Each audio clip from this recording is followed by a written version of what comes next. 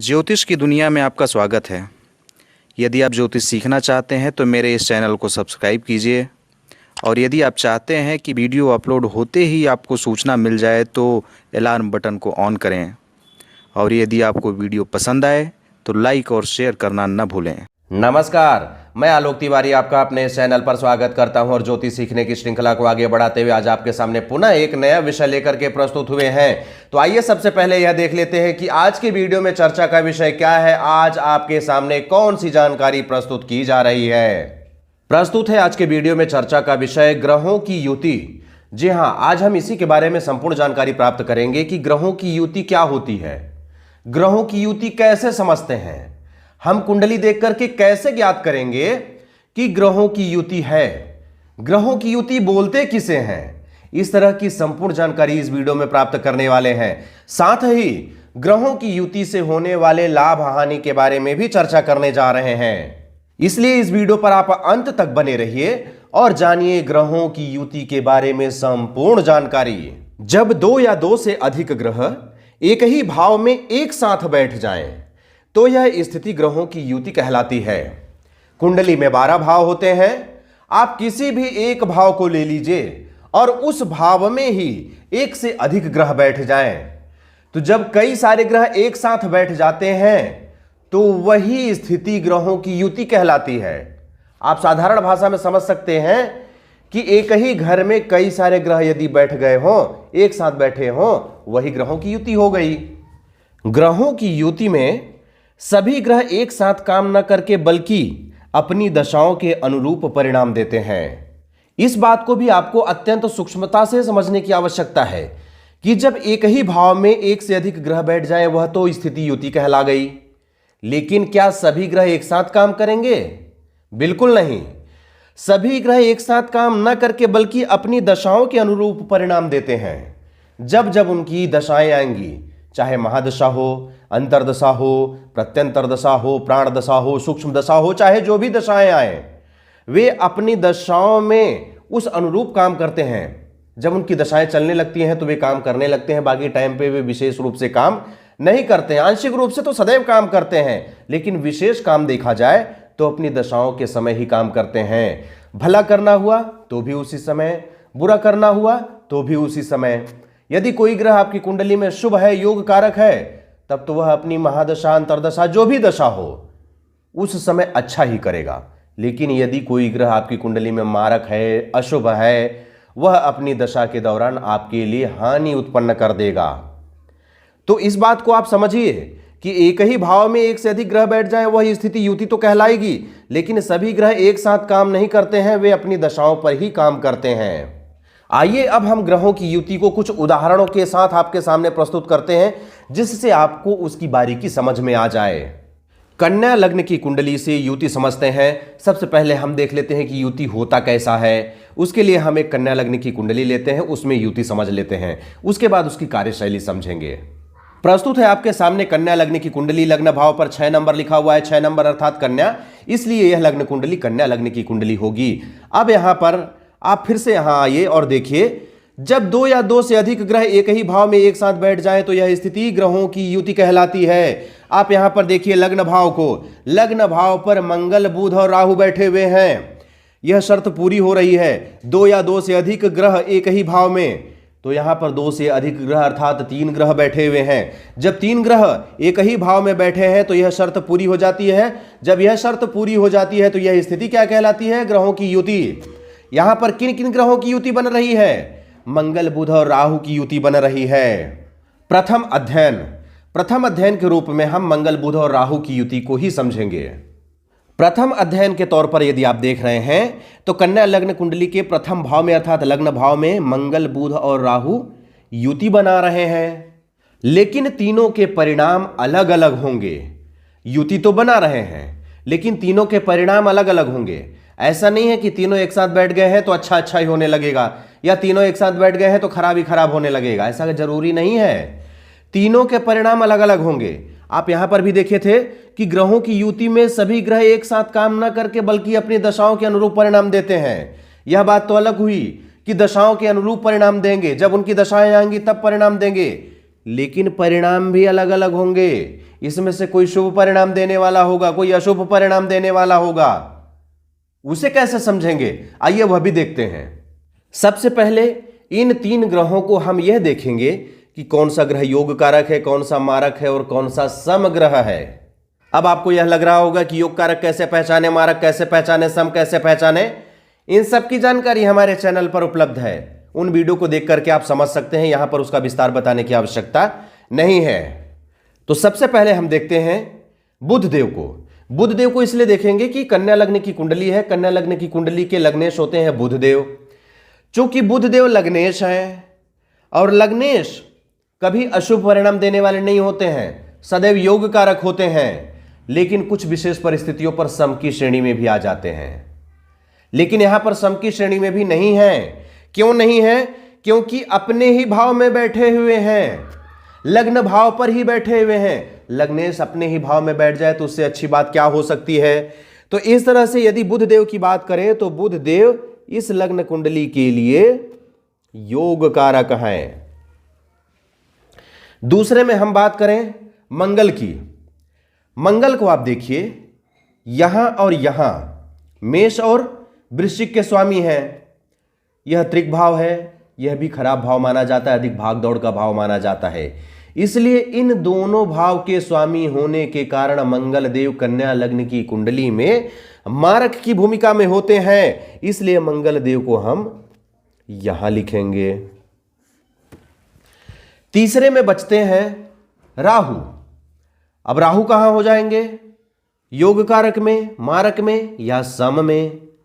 अब यहां पर आपको ग्रहों की मित्रता शत्रुता भी समझनी होगी। ग्रहों की मित्रता शत्रुता समझने के लिए भी आप हमारे चैनल पर उपलब्ध वीडियो देख करके ग्रहों की मित्रता शत्रुता समझ सकते हैं। यहां पर बुध और राहु दोनों एक दूसरे के परम मित्र हैं। जब ये दोनों मित्र हैं और मित्र के ही भाव में राहु देव बैठे हैं तो शुभ परिणाम देने वाले हो गए, योग कारक हो गए। तो राहु भी यहां आ जाएंगे। इस तरह से आप यह देख लिए कि इन 3 ग्रहों में से 2 ग्रह योग कारक है, बुध और राहु योग कारक है, लेकिन मंगल मारक है। सम की श्रेणी में इन तीनों में से कोई भी ग्रह नहीं है। अब इन्हीं को हम आगे यह देखेंगे कि ये योग कारक हैं, ये मारक हैं, बैठे तीनों एक साथ हैं, कैसा कैसा परिणाम देंगे, कब कब परिणाम देंगे। कन्या लग्न की इस कुंडली में लग्न भाव पर मंगल, बुध और राहु की युति में से सबसे पहले हम मंगल देव को समझ लेते हैं। मंगल तृतीय एवं अष्टम भाव के स्वामी होने के कारण मारक हैं।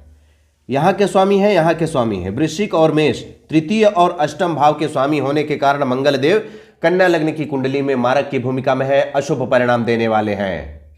मंगल और बुध की घोर शत्रुता होने के कारण भी मंगल शत्रु राशिस्थ हो गए।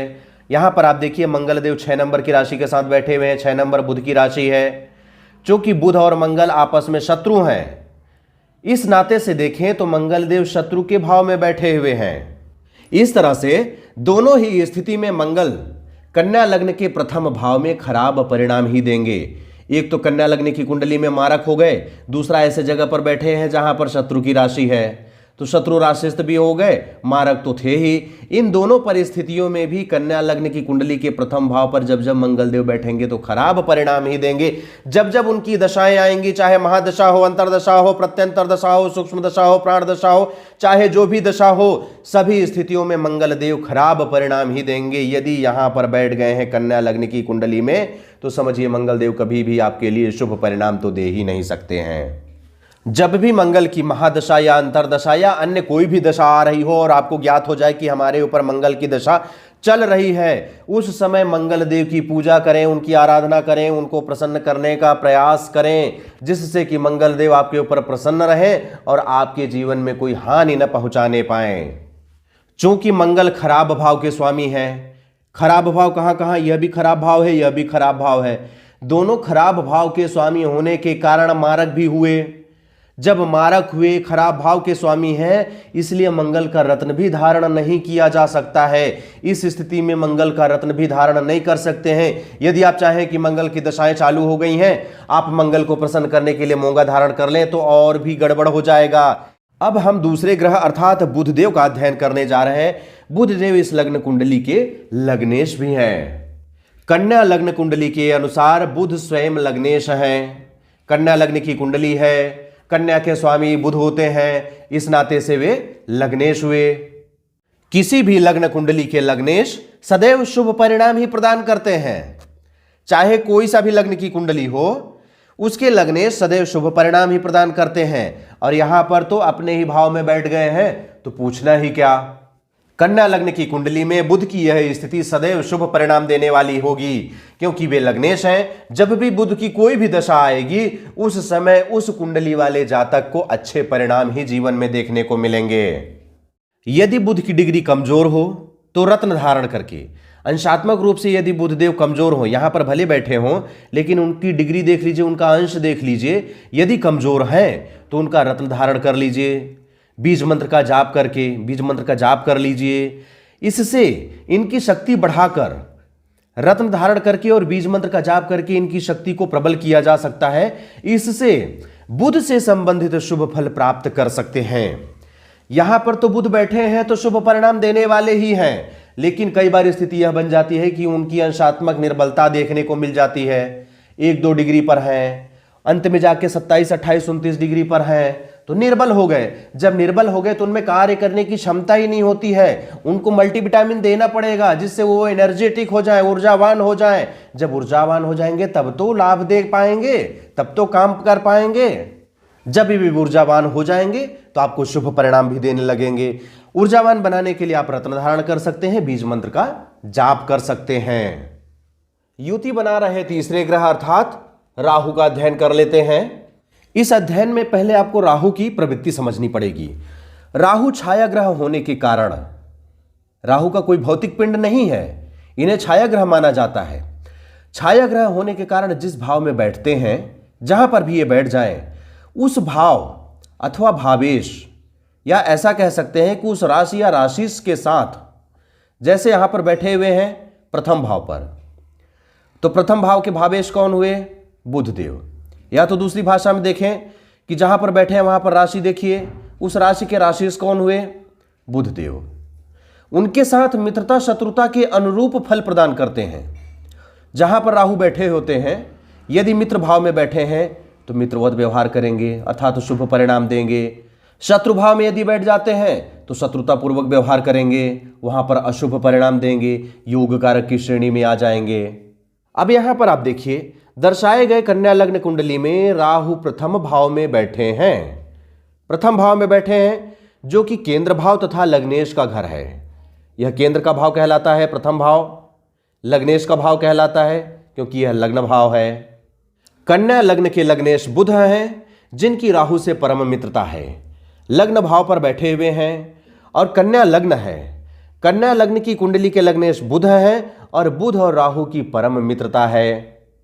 अतः मित्र भावस्थ होने के कारण राहु सदैव अच्छे ही परिणाम देंगे। यहां पर आप क्या समझे थे कि जिस भाव में बैठे होते हैं, जिस राशि के साथ बैठे होते हैं, उस भावेश या उस राशि के साथ मित्रता शत्रुता के अनुरूप फल प्रदान करते हैं। तो यहां पर तो मित्र भाव में बैठे हैं तो मित्रवत व्यवहार करेंगे अर्थात शुभ परिणाम देंगे, आपके जीवन में अच्छे परिणाम देंगे। अब आप यहां पर देखिए, इन ग्रहों की युति तो बन रही है लेकिन तीनों ग्रह एक जैसा परिणाम नहीं दे रहे हैं। मंगलदेव खराब परिणाम दे रहे हैं, बुधदेव अच्छा परिणाम दे रहे हैं, राहु भी अच्छा परिणाम दे रहे हैं। इसके अलावा आपको एक बात बता दें कि जब किसी भाव में एक से अधिक ग्रह बैठ जाते हैं, युति बना लेते हैं, तो उस युति से कुछ योग भी आते हैं, कुछ दोष भी आते हैं। उनकी युति से कुछ योग भी निर्मित हो जाते हैं जो अच्छे परिणाम देने लगते हैं, कुछ दोष भी निर्मित हो जाते हैं जो खराब परिणाम देते हैं। यहां पर भी इस भाव में अर्थात लग्न भाव में 3 ग्रह बैठे हुए हैं, लेकिन 2 ग्रहों की युति से अंगारक दोष बन रहा है। लेकिन आपको एक बात और बता दें कि अंगारक दोष बनकर के भी भंग हो गया है। लेकिन अंगारक दोष कैसे बनता है यहां पर उसकी चर्चा नहीं करेंगे। जब अंगारक दोष के बारे में जानकारी आपके सामने प्रस्तुत की जाएगी, अलग से एक वीडियो उसकी तैयार की जाएगी, उस समय आपको पूरी जानकारी प्राप्त हो जाएगी। यदि वह जानकारी प्राप्त करना चाहते हैं तो हमारा चैनल सब्सक्राइब कर लीजिए, जिससे कि जब वह जानकारी अपलोड की जाए तो सबसे पहले सूचना आपको ही प्राप्त हो। अब हम कन्या लग्न की कुंडली में ही द्वितीय अध्ययन भी करने जा रहे हैं। लग्न कुंडली हम इसलिए नहीं बदले कि आपको कंफ्यूजन न होने पाए। लग्न कुंडली बदल देंगे तो स्थितियां भी बदल जाएंगी। यहां भी स्थिति बदल रही है, लेकिन एक ही लग्न कुंडली पर स्थिति बदल रही तो आपको समझने में आसानी हो जाएगी कि कौन से ग्रह किस स्थिति में कहां पर बैठे होने की वजह से कैसा कैसा परिणाम देते हैं। कन्या लग्न कुंडली के अष्टम भाव में मंगल, बुध और राहु युति बना रहे हैं। कन्या लग्न कुंडली के अष्टम भाव को देखिए, यहां पर मंगल, बुध और राहु तीनों एक साथ बैठे हुए हैं, यहां पर युति बन रही है। इसके पहले वाले अध्ययन में अर्थात प्रथम अध्ययन में आप देखे थे कि यहां पर तीनों ग्रह यहां पर बैठे हुए थे, प्रथम भाव में अर्थात लग्न भाव पर बैठे थे। उस समय उनके परिणाम कुछ अलग थे, लेकिन यही तीन के तीनों ग्रह यहां पर बैठ गए हैं तो इनका परिणाम कुछ और ही आएगा। आइए वह भी देखते हैं। तीनों ग्रहों के परिणाम अलग अलग होंगे। तीनों ग्रहों के परिणाम अलग अलग देखने के लिए इन्हें पुनः हम तीन भागों में बांटेंगे। किन किन तीन भागों में बांटेंगे? योग कारक, मारक और समग्रह के रूप में बांटेंगे। पहले हम बुध की बात कर लेते हैं, क्योंकि लग्नेश हैं। लग्नेश त्रिक भाव पर बैठे हुए हैं। यह और यह 6, 8 और 12 ये तीनों भाव त्रिक भाव कहलाते हैं, जो कि बहुत ही खराब भाव माने जाते हैं। लग्नेश त्रिक भाव पर बैठ गए तो लग्नेश दोष बना। ऐसी स्थिति में लग्नेश शुभ परिणाम देने के योग्य नहीं रह जाते हैं। लेकिन एक बात ध्यान रखिएगा कि त्रिक भाव में लग्नेश बैठे होने के बाद भी वे अशुभ परिणाम नहीं देंगे। शुभ देने में असमर्थ होते हैं, लेकिन वे अशुभ भी नहीं देंगे। ऐसी स्थिति में किस श्रेणी में आ जाएंगे? सम की श्रेणी में आ गए। बुध देव सम की श्रेणी में आ गए। उसके बाद हम मंगल देव की बात करते हैं। मंगल देव यहां के और यहां के स्वामी हैं, तीसरे और 8वें भाव के स्वामी हैं। बैठ गए 8वें भाव में ही। 8वें भाव में बैठ गए अर्थात अपने ही भाव में बैठ गए। और जब त्रिक भाव का स्वामी त्रिक भाव में ही बैठ जाता है तो विपरीत राजयोग बन जाता है। यह मारक होकर के भी मारक की भूमिका में नहीं रह गए, लेकिन बहुत अच्छा परिणाम भी नहीं देंगे, क्योंकि ये स्वभाव से मारक थे। अपना मार्का तो कम करेंगे, लेकिन शुभ भी नहीं कर पाएंगे, इसलिए ये भी सम की श्रेणी में आ जाते हैं। मंगल देव यहां पर सम की श्रेणी में आ गए। अब तीसरे बचते हैं राहु।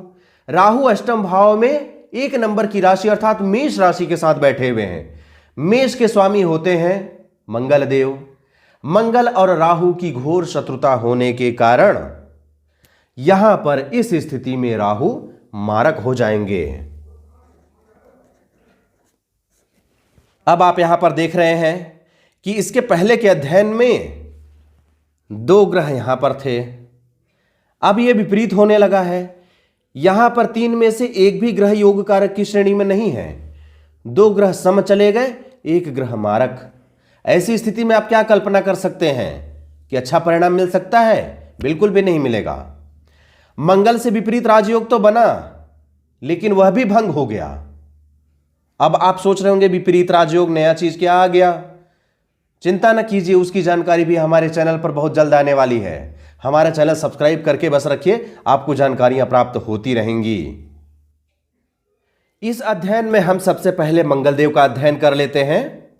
किसी भी कुंडली के त्रिक भाव मतलब 6वें, 8वें, 12वें भाव के स्वामी त्रिक भाव में ही बैठ जाए तो विपरीत राजयोग बनता है। यहां पर बन रहा है। कन्या लग्न कुंडली के अनुसार मंगल अष्टमेश हैं। यहां पर देखिए मंगल देव यहीं के स्वामी हैं। 1 नंबर 8वें भाव में लिखा हुआ है। मेष राशि के स्वामी मंगल देव हैं, तो मंगल अष्टमेश हैं और अष्टम भाव में ही बैठ गए हैं। अष्टमेश भी हैं और अपने ही भाव में बैठ गए हैं। अतः विपरीत राजयोग बन रहा है। यहां पर जैसा कि मैंने बताया था कि कुंडली के त्रिक भाव के स्वामी त्रिक भाव में ही बैठ जाएं तो विपरीत राजयोग बनता है। इस तरीके से देखिए तो त्रिक भाव के स्वामी अर्थात अष्टम भाव के स्वामी अष्टम भाव में ही बैठ गए, यह शर्त पूरी हो गई तो विपरीत राजयोग बन रहा है। लेकिन लग्नेश बुध त्रिक भावस्थ होकर के निर्बल होने के कारण विपरीत राजयोग प्रभावहीन हो जाएगा। जब भी किसी कुंडली के लग्नेश त्रिक भाव में बैठ जाते हैं, 6वें, 8वें, 12वें भाव में बैठ जाते हैं तो लग्नेश दोष बन जाता है। लग्नेश दोष भी बहुत जल्दी हमारे चैनल पर आने वाला है। तो लग्नेश बुध त्रिक भावस्थ होने के कारण निर्बल हो गए। निर्बल क्यों हो गए? कि लग्नेश दोष बन गया। जब लग्नेश दोष बन गया, लग्नेश ही निर्बल हो गए तो विपरीत राजयोग प्रभावहीन हो जाएगा। विपरीत राजयोग का कोई भी लाभ आपके जीवन पर प्राप्त नहीं हो पाएगा। मंगल तृतीय एवं अष्टम भाव के स्वामी होने के कारण अष्टम भाव के साथ तृतीय भाव के लिए भी खराब परिणाम ही प्रदान करेंगे। क्योंकि विपरीत राजयोग लागू नहीं हो पा रहा है, क्योंकि लग्नेश निर्बल हो गए हैं।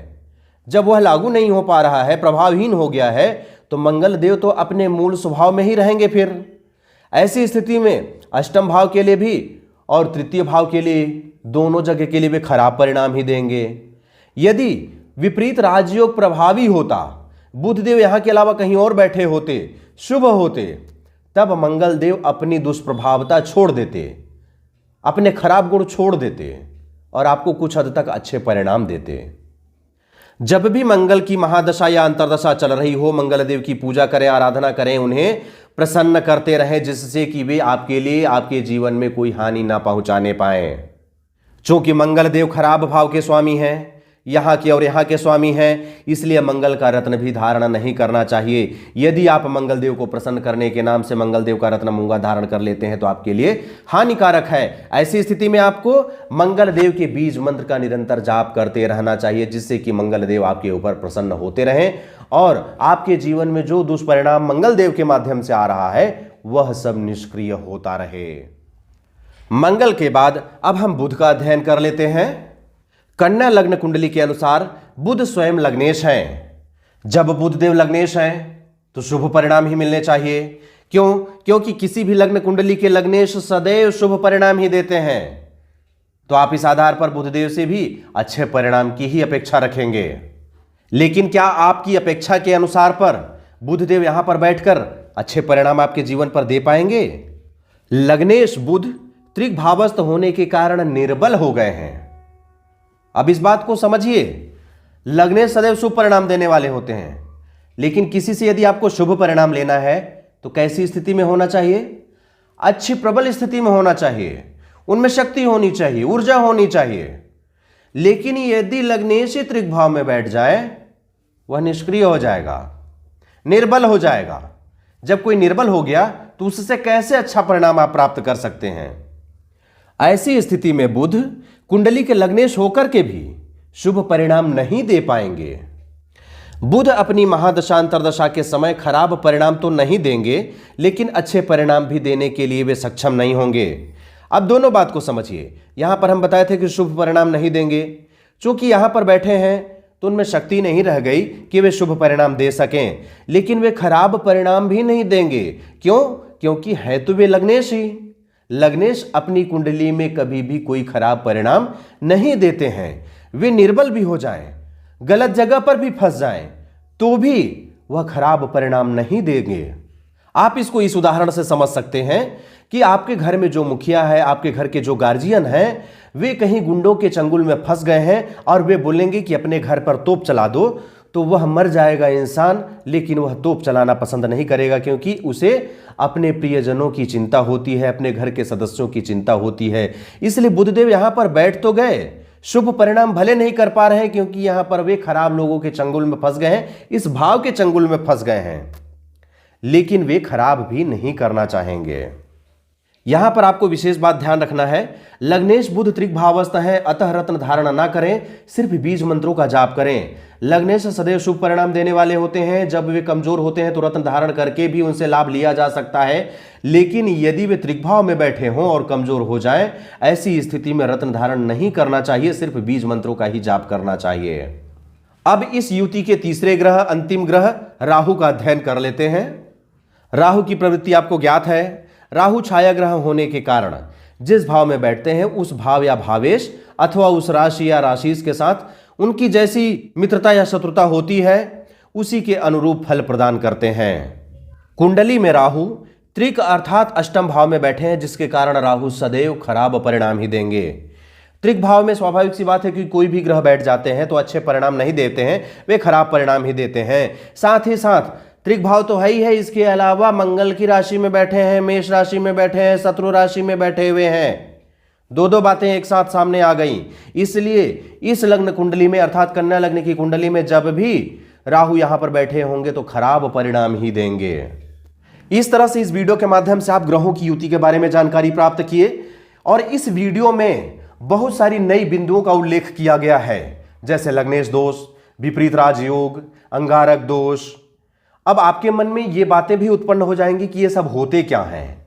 चिंता मत कीजिए, आने वाली वीडियो पर ये सारी जानकारियां हमारे चैनल पर आपको उपलब्ध हो जाएंगी। यदि ये सारी जानकारियां आप प्राप्त करना चाहते हैं तो हमारा चैनल सब्सक्राइब करके घंटी का बटन भी ऑन कर लीजिए, जिससे कि जब भी वो वीडियो अपलोड किया जाए तो सबसे पहले सूचना आपको ही प्राप्त हो। अंत में अपने चैनल के पुराने दर्शकों को बहुत बहुत धन्यवाद ज्ञापित करता हूं। नए दर्शकों से अनुरोध करता हूं कि आप हमारा चैनल सब्सक्राइब कर लीजिए, घंटी का बटन ऑन कर लीजिए, जिससे कि जब भी हमारे द्वारा वीडियो अपलोड किया जाए तो आपको सूचना प्राप्त हो जाए। अब मुझे आज्ञा दीजिए, मिलते हैं अगले वीडियो पर। तब तक के लिए जय हिंद, जय भारत, बम बम भोलेनाथ की जय। जय गुरुदेव।